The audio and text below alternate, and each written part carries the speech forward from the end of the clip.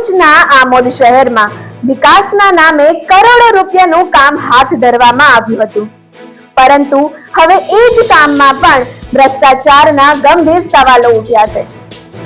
વાવડી ફળિયા ખાતે આવેલા જૂના વોટર વર્ક્સના તળાવ પર આશરે 7 કરોડ રૂપિયાના ખર્ચે બ્યુટિફિકેશન પ્રોજેક્ટ ચાલી રહ્યો છે. લાંબા સમયથી તકલાદી કામ, નબળી ગુણવત્તા અને બેદરકારીના આક્ષેપો થઈ રહ્યા હતા અને આજે ફરી ઉચ્ચ અધિકારીઓ સ્તર પર દોડી આવ્યા હતા.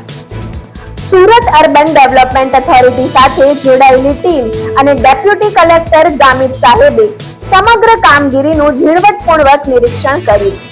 તપાસ દરમિયાન અધિકારીઓએ પોતે સ્વીકાર્યું કે કામગીરીમાં અનેક ખામીઓ જોવા મળી છે. કોન્ટ્રાક્ટરને તાત્કાલિક સુધારાના આદેશ અપાયા છે અને જરૂર પડશે તો કાયદેસરની કાર્યવાહી કરવાની પણ ચેતવણી આપવામાં આવી છે. મોટો સવાલ એ છે કે જો દરેક તપાસમાં ખામીઓ જ સામે આવે છે તો અત્યાર સુધી આનું જવાબદાર કોણ? 7 કરોડના જાહેર નાણાં ખર્ચાયા પછી પણ જો ગુણવત્તા સામે સવાલ ઉભા થાય છે તો શું માત્ર કોન્ટ્રાક્ટર જવાબદાર છે કે પછી દેખરેખ રાખનારા અધિકારીઓ પણ? આમોદની જનતા હવે આશ્વાસન નહીં, પરિણામ માંગે છે. શું કહેશો સાહેબ, આજે તળાવ બ્યુટિફિકેશનની કામગીરી ચાલી રહી છે, જેની અંદર જ્યારથી તળાવ બન્યું છે ત્યારથી લઈને અત્યાર સુધી લગભગ ઓછામાં ઓછી 10 વિઝિટ તો અમે જોઈ હશે પ્રાદેશિકમાંથી, ત્યારથી લઈને અત્યાર સુધી તપાસ જ થઈ રહી છે. એ બાબતે લઈ આજરોજ આમોદ ખાતે આપણું જે મોટું તળાવ છે એની વિઝિટ કરવામાં આવી છે. એમાં મોટું ભાગનું કામ થયું છે, પણ જે કામ થઈ રહ્યું છે એમાં ઘણી જગ્યાએ ખામી દેખાઈ આવી છે અને એ જે ખામીઓ છે એ આપણી જે એન્ટરપ્રાઇઝ છે અંબર એન્ટરપ્રાઇઝ, એને અમે એ સુધારવા માટે સૂચના આપી દઈશું અને ફરી પાછા એ સુધરી જાય એના પછી ફરી પાછા આપણે સ્થળ નિરીક્ષણ કરીશું. અનેક વાર સાહેબ સૂચનાઓ આપી છે, તેમ છતાં પણ હજુ સુધી તેની અમલવારી નથી કરવામાં આવી. તેનું શું કારણ?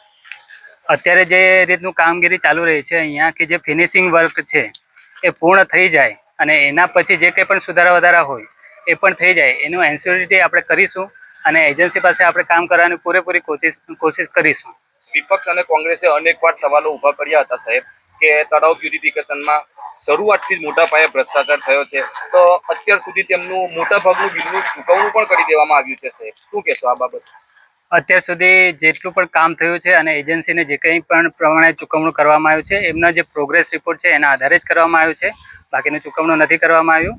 એટલે જે કંઈ પણ કામ છે, જે પ્રોજેક્ટમાં મેન્શનિંગ છે એ પ્રમાણેનું કામ કરશે અને એ પ્રમાણે કરાવી અને ચકાસણી કર્યા બાદ જ આપણે આગળની ચૂકવણાની જે કાર્યવાહી છે એ એજન્સી અને બોડી એ બંને વતી કરાવીશું. આખું ગામ સાહેબ આજે આ તળાવની રાહ જોઈ રહ્યું છે કે કોઈક સારું કામ થવા જઈ રહ્યું છે, પરંતુ તેની વેલિડિટી પણ પૂરી થઈ ગઈ છે. તો શું આ 5 વર્ષ પૂર્ણ થયા પછી તળાવ સારું થશે? જેમ બને તેમ ઝડપથી આપણે આ જે તળાવનું બ્યુટિફિકેશનનું કામ છે અથવા વૃક્ષારોપણનું કામ છે અથવા જે કંઈ પણ કામગીરી બાકી છે એ તાત્કાલિક ધોરણે પૂર્ણ થાય એ પ્રમાણે આપણે કામગીરી કરાવીશું. કોન્ટ્રાક્ટર પાસે સાહેબ તમે દંડ કઢાવશો કે પછી કાયમી માટે કામ સારું થાય તેવું? ભવિષ્યને ધ્યાનમાં રાખીને જે કંઈ પણ કામગીરી થઈ છે એનું સસ્ટેનેબલ કામ અહીંયા જળવાઈ રહે એ પ્રમાણેનું આપણે આયોજન કરી એમની પાસેથી કામ કરાવીશું. Thank you. ઓકે.